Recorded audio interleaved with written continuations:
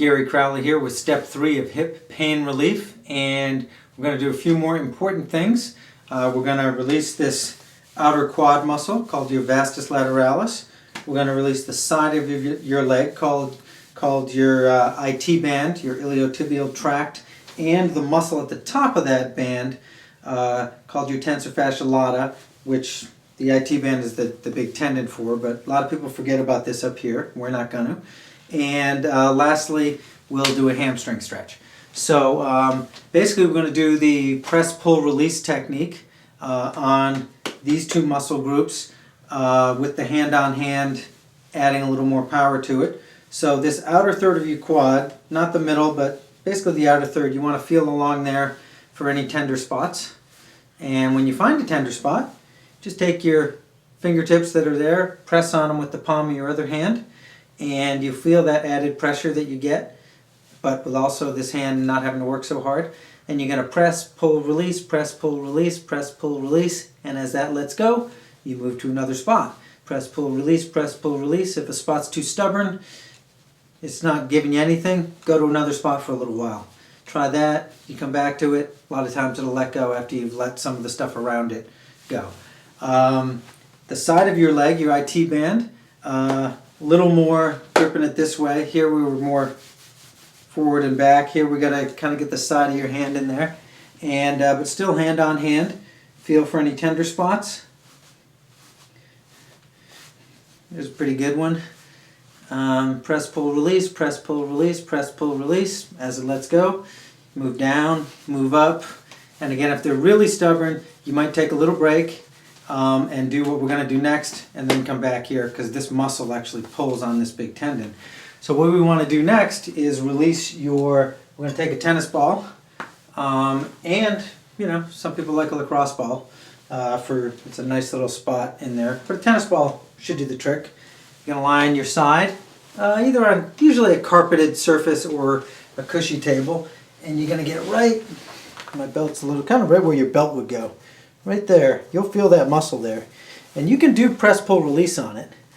And sometimes if it's not too tight, it'll let go, but if it's really tight, you really do want to get in there with a tennis ball. And you just lie on it, pretty basic.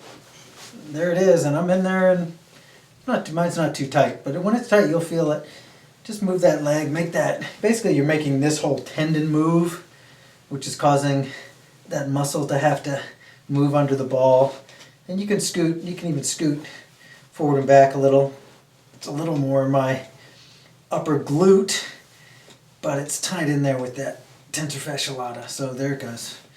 There it goes. So, lastly, we will do your hamstrings. And that should cover most of it. Thanks. And lastly, we'll do your hamstrings. Okay, so I'm about to show you a really, really good hamstring stretch. The best hamstring stretch I've ever found.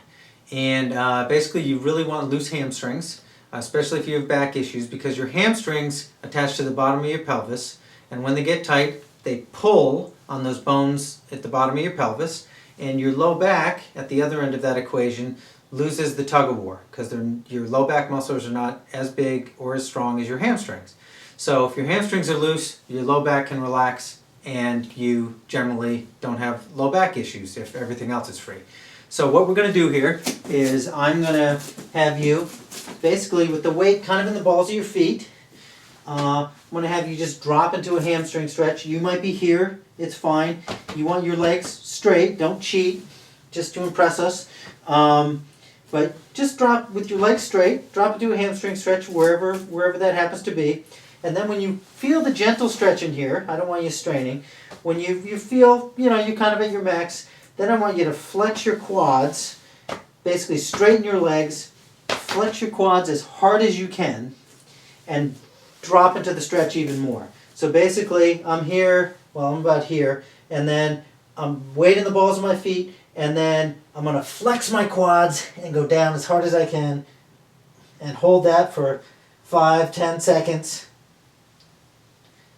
And come back up, and then do it again, and you'll find you're flexing these as hard as you can is the key, because that tells your brain to let your hamstrings go, because these work off each other. Flex those, helps those let go. And basically I feel this all the way up my back. So that whole line of tissue is going to let go, so then my low back can relax because it's not being pulled on by all these big strong muscles. So that is the best hamstring stretch I've ever found, and if you do that, you can't do that stretch too much. If you did 3 sets of that 10, 15 times a day, very quickly you'd probably have no more back issues if you just did that alone. But I think you got to do those hip stretches and everything else I showed you, because who knows what you're doing out there. But thank you for your time. Now go back, review what worked, what didn't, what needs more work, and I look forward to hearing how it goes. Thank you.